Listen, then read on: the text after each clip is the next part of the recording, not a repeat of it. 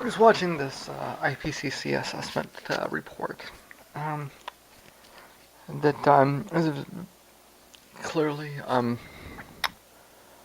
a high budget propaganda piece, which is not to doubt any of the science contained within it, so much as to point out that it's presented as propaganda, which is what we need right now. We need a little bit of effective propaganda, but listening to the way they talk, it's just as valid as the science may be, it's really remarkable just how little insight they seem to have into behavioral science, into what it is that makes humans function.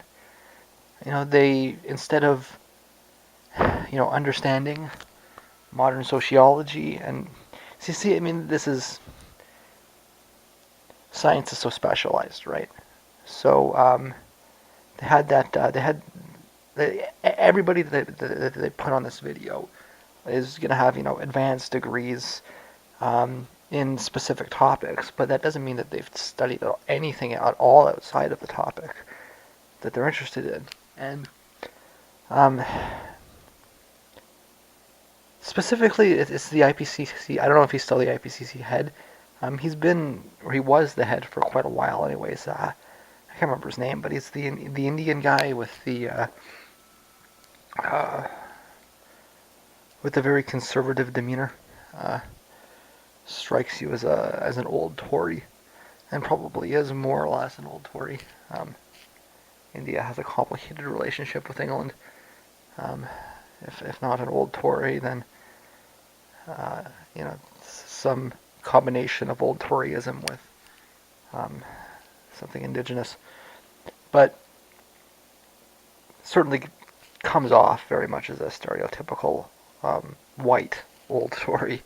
Um, and the way that he was talking, the things, like talking about, the long-term implications and how we have to make a choice. It's all very much a concept of human nature and human behavior that's rooted in classical liberal economics. It's homo economicus.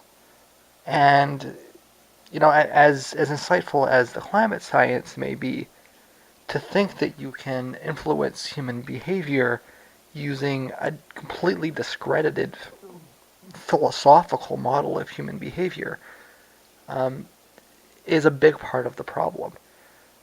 Um, Humans don't think in terms of. You hear this argument all the time, right? You hear it's going to cost a lot of money if we do it today, but it'll cost us more if we do it in the long run. And the Homo economicus, rational human, is supposed to say, okay, well, the rational decision is to ensure that we minimize costs in the long run. Except that most people are going to look at that and say, well, I don't give a fuck. I'm dead in 30 years. And I'm going to maximize my short-term interests because that's how humans think. They think in terms of maximizing the things that are immediate to them, right? We think in terms of utility and maximizing utility in the short run. Where he talks about, again, about the choice. We can make this choice or that choice. Humans don't make choices. Or we prefer to avoid making choices for as long as we can. To tell us that we have to make a choice and to really drill it down on us is equivalent to saying, to giving up, basically, right? And I know that that's not what he's thinking, because he has an obsolete concept of how humans behave. But I think it's really necessary, and I've been over this a few times in my climate-related comments. I think it's really imperative that we start abandoning this Homo economicus model if we want to seriously address climate change, and understand how humans actually think. And this is coming right from the IPCC report. Okay, this isn't some uh, some libertarian analysis of it or something. It's right from the IPCC report, and it's just lost in classical liberal thinking, and it can't be if it wants to actually get anywhere. Such as I mean, you need to. The question of human nature is very old. Um, there's many different arguments, and we can go through them. I'm not going to, because I think that to a broad extent they're meaningless. um, if we want to understand human nature, we need to study it. It's not a philosophical question, it's an empirical question. And first things first is we have to realize that.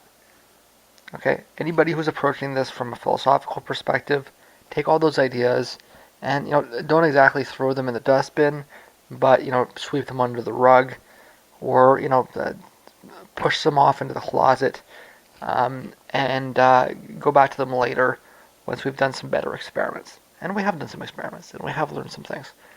Um, Even if the knowledge is incomplete, it's a lot better than anything you're gonna get from reading Rousseau or Hobbes or whatever else, right? And we really need to foster that understanding in the education system and really encourage people to stop seeking philosophy for insights into human nature. It's an empirical question, and we need to use science to figure that out. And you'd think that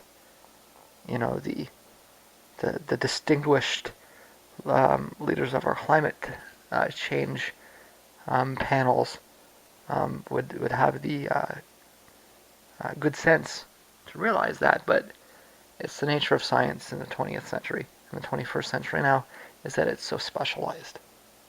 So specialized. And it's really up to the organizing bodies to ensure that the proper expertise is brought in where it needs to be. And obsolete ideas are not relied on, whether it's consciously being done or not. So yeah, it's we need more behavioral science here to help us understand what to do next.